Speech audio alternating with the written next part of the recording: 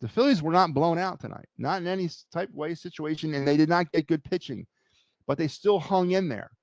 But championship teams find a way to win these type of games. And 0 for 5 with runners in scoring position just ain't doing it for me.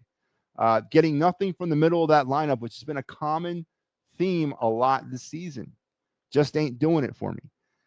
These games at this time of the year are judged by pitches, by one pitch, by one bounce of the ball, by a blooper, as Steve said earlier. That's how these games come down. You, as a championship team, have to rise above that stuff. We talked about this earlier in the week. 162 regular season games. Very, very rarely is there a baseball. And I'm sure there's somebody out there. It ain't me, but I'm sure there's a guy out there or a girl or whatever that hangs on every single pitch, every single Phillies game, no matter if it's playoffs or not.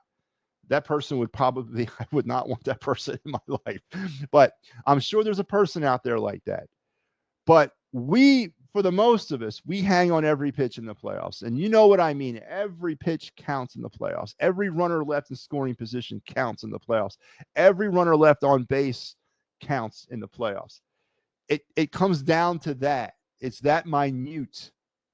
And the Phillies, the type of team that they're supposed to be, have to rise above these wacky games. They weren't getting offense. They got to find it somewhere. They got to be able to drive in at least one runner in on scoring position and get more than just 5 there. I need to see more of a championship with the eye of the tiger, I guess Mickey said, from this team. And tonight, they didn't have it. The pitching wasn't there. Noah's been gone all year. That's obviously another issue.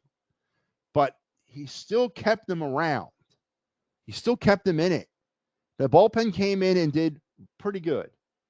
The offense failed again, and they got to rise above and find a way to get that other run, at least tie it, and then see what happens later on. But that's what scares me about this team is that inconsistency, that narcolepsy, I guess you could call it. They go to sleep, and they just let the game pass them by. And we're reaching a point in the season, and it's almost here in about a week,